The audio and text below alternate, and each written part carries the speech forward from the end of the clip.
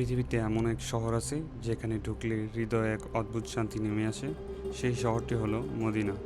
এই শহর শুধু একটি শহর নয়, এটি ভালোবাসার শহর, শান্তির শহর আর প্রিয় নবীজি হজরত মোহাম্মদ সাল্লাল্লাহু আলাইহি ইসলামের শহর। প্রতিদিন পৃথিবীর নানান প্রান্ত থেকে লাখো মুসলমান ছুটে আসে এখানে শুধুমাত্র একবার চোখ ভরে দেখার জন্য।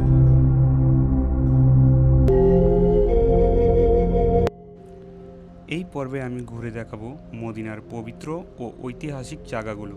চলুন শুরু করি সেই পবিত্র শহরের সফর, যে শহরকে ভালোবেসেছিলেন আল্লাহর রাসূল সাল্লাল্লাহু আলাইহি ইসলাম এবং যাকে দেখার জন্য প্রতিটি মুসলমানের হৃদয়ে আশার আলো জাগে। তাই স্বাগতম আপনাকে মদিনার পবিত্র সফরে।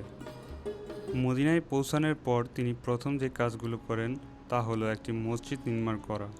মসজিদের জমিটি ছিল দুইজন এতিম বালকের। নবী সাল্লাল্লাহু আলাইহি ইসলাম জমিটি কিনে নেন, সাহাবীদের সাথে নিজ হাতে মসজিদটি নির্মাণে অংশ নেন।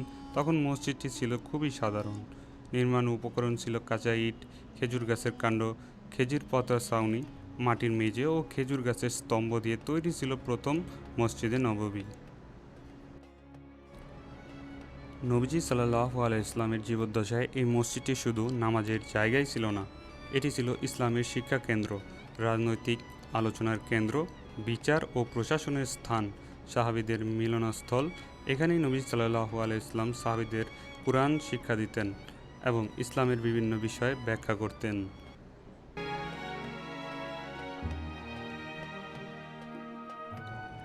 ইসলামে তিনটি মসজিদের নামাজ পড়ার বিশেষ ফজিলত রয়েছে। এক, মসজিদুল হারাম; দ্বিতীয়ত মসজিদুল নববী; তৃতীয়ত মসজিদুল আকসা, যা ফিলিস্তিনে অবস্থিত। হাদিস অনুযায়ী মসজিদে নববীতে 1 রাকাত নামাজ অন্য মসজিদের থেকে 1000 রাকাত নামাজের সমান। প্রতিদিন হাজার হাজার মানুষ পৃথিবীর বিভিন্ন দেশ থেকে এখানে আসে শুধু 2 রাকাত নামাজ পড়তে, দোয়া করতে, রাসূলুল্লাহ সাল্লাল্লাহু আলাইহি ইসলামকে সালাম দিতে। প্রিয় দর্শক, আমি এখন দাঁড়িয়ে আছি পৃথিবীর সবচেয়ে পবিত্র ও ভালোবাসার জায়গাগুলোর একটি মসজিদ নববীর ভিতরে, মহানবী হজরত মুহাম্মদ সাল্লাল্লাহু আলাইহি ইসলামের রওজার সামনে।